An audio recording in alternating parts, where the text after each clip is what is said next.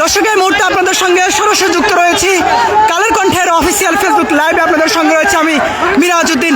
প্রায় 4 ঘন্টার বেশি সময় ধরে তারা হোটেল ইন্টারকন্টিনেন্টালের সামনে কিন্তু অবস্থান নিলেও এই মুহূর্তে পুলিশের ব্যারিকেড ভেঙে জুলাই বিপ্লবে যারা আহত হয়েছেন তারা কিন্তু ডক্টর মোহাম্মদ ইউনূস অর্থাৎ প্রধান উপদেষ্টার বাসভবনের অভিমুখে কিন্তু তারা রওনা দিয়েছেন।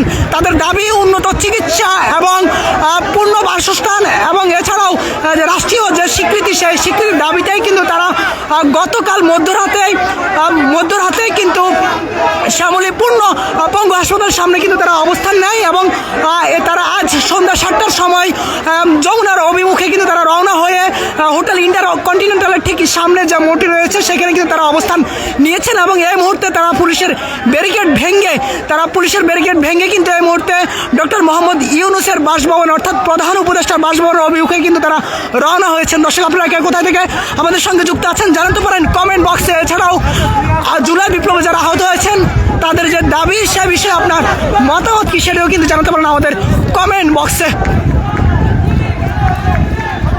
দর্শক একটু যদি দেখানোর চেষ্টা করি, তারা এই মুহূর্তে পুলিশের ব্যারিকেড ভেঙে আমরা যেমন দেখতে পাচ্ছি বাংলাদেশের সেনাবাহিনীর সদস্যরা কিন্তু এই মুহূর্তে তাদেরকে চেষ্টা করছেন যাতে করে ভিতরে প্রবেশ না করতে পারে, কিন্তু চেষ্টা করছেন পরিবেশ নিয়ন্ত্রণে আনার জন্য। কিন্তু এখন পর্যন্ত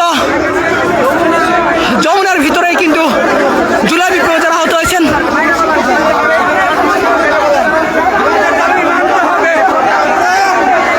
যেমনটি দেখতে পাচ্ছেন বাংলাদেশ সেনাবাহিনীর সদস্যরা সেনাবাহিনীর ব্যারিকেড ভেঙে কিন্তু তারা ঢুকে পড়ছেন। সেনাবাহিনীর ব্যারিকেড পুলিশের ব্যারিকেড ভেঙে সর্বশেষ বাংলাদেশ সেনাবাহিনীর ব্যারিকেড ভেঙেও কিন্তু তারা ভিতরে প্রবেশ করছেন।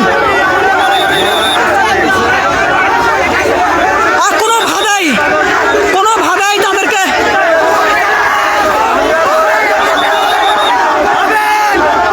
সেনাবাহিনীর ব্যারিকেড ভেঙে এই মুহূর্তে ডক্টর মোহাম্মদ ইউনূস অর্থাৎ প্রধান উপদেষ্টার বাসভবনের অভিমুখে রওনা হয়েছেন জুলাই বিপ্লবের আহতরা।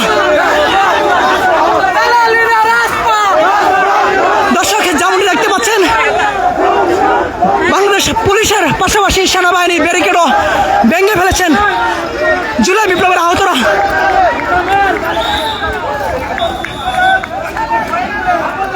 তাদেরকে বোঝানোর চেষ্টা করছেন, তারা বলছেন যে